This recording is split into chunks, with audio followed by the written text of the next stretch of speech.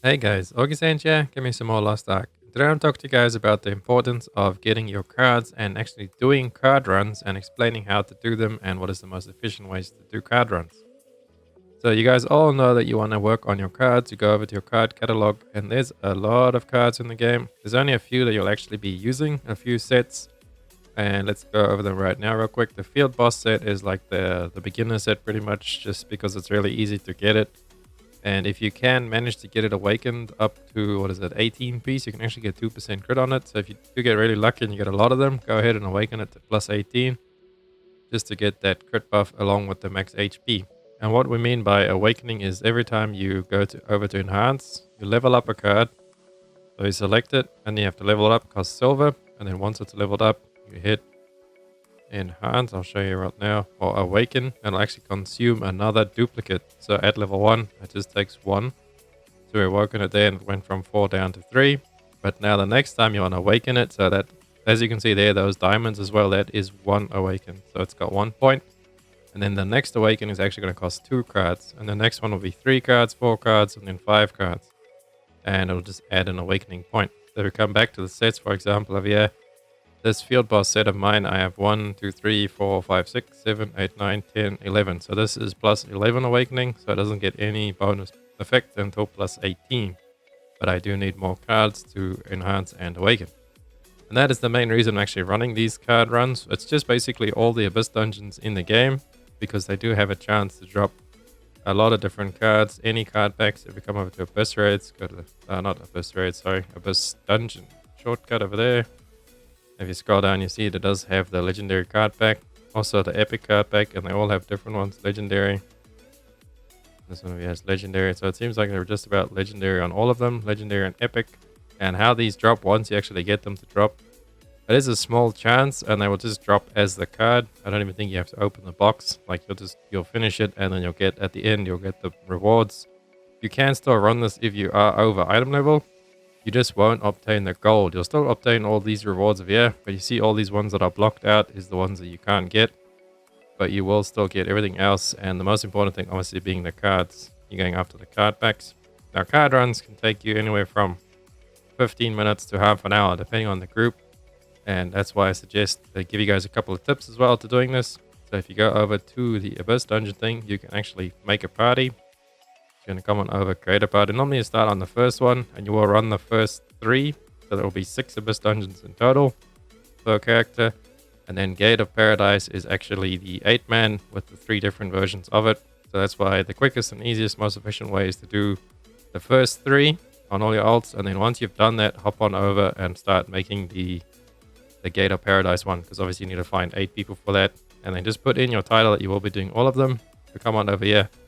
My friend Scummy, he actually has a thing that he's trying to get everybody to start doing, and you call it Fronty. Card run to yawn. If you get that card and then run to yawn. So just put in Grunty, or if you don't want to start a trend with us, then you can just put in there doing card run or something. Card run times, what is it? Card run times 3 to do all of them, or card run to yawn. Just type that in like that. Start it up, get everybody in. And then you just go on through and do all of them. Whoever leaves first will get the party back, and they just update the party to run to the next one. Now there's a few little tricks when you're running through these abyssal dungeons. In Ancient Alvara, there's not really much to do there in those two as well. Just in the Necromancer's Origin on the last boss, there is the orbs. So everybody goes to a cardinal point, like north, east, south, and west. And then whatever color the boss flashes as it dies, so it's normally red or white, and then you have to click on the orb to just kill the boss. Otherwise you'll be sitting there killing it over and over. If everybody clicks on the wrong orb every time, you will have to do it again and kill it again. It should be really easy and fast, but just make sure you guys click all the same color orb and the right orb so that you don't mess it up. And then also Phantom Palace, there's nothing really secret there. You can just blow up the boss. There's no mechanics you can really skip or pass. But then again in Ark of Arrogance, on the Road of Lament, in the second boss in the Road of Lament, you can actually stun her. She will not stun her, but you can counter an attack. You just don't want to push her under 11 bars right off the bat. Unless you have enough power and enough strength to one-shot her completely, go ahead and do that. Like Scummy does in the video behind me. But if not, then how you want to do it is you actually want to hit the counter on her. And once she's countered, then you guys can all hit your awakenings and just burst on her so you can kill her before the orbs come up. Otherwise, guys have to actually do the orb mechanic. So that's pretty much all there is to that.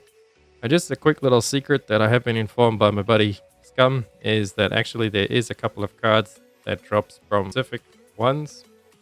Now, he told me that after doing a lot of card rounds, obviously he's done them like every week since they come out. So on 10 or 12 different characters. So that's like 10 times 6. That's like 60 to 80 runs, Abyss runs per week. So he's picked up all this data from there, and that's how we got this. Is that Shandy can drop from the first Abyssal dungeon and onwards.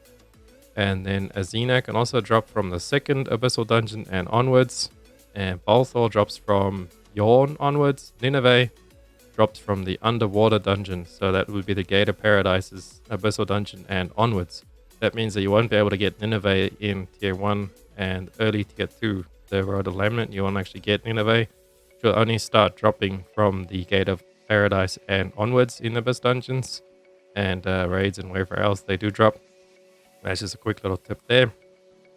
And then the card set that you actually be focusing on obviously will be Light of Salvation and Lost Wind Cliff.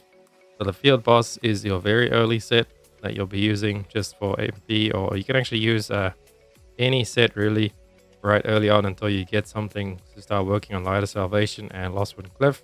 Most likely you will get the Lost Wind Cliff Awakening to plus 12 before you do get Light of Salvation. That's really good because it does have the dark damage reduction, and then a 12-piece awakening, you actually get the 7% crit rate. I would say that's what you want to try and aim for Vicus, at least that.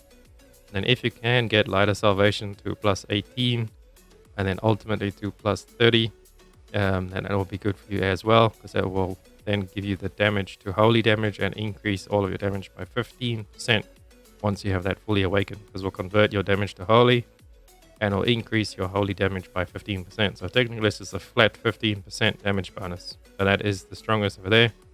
And much later down the line, we will actually work on the Legion Commander set. And they give you the same effect as the Light of Salvation, except it's dark damage. But it's still a 15% increase flat damage because it does convert all your damage to dark and then makes it dark damage plus 15%. So that one, Light of Salvation, Lost Wind Cliff, and then obviously way later down the line when we get all the Legion Commanders, that will be the next set that you work on. So for now, just work on those. Do your card runs every week on all your alts. And I hope this video helped. If it did, please drop a sub and a like. I really appreciate it so much. And I'll catch you guys in the next one. Augustin out. Run free and dive into the sky. Hear the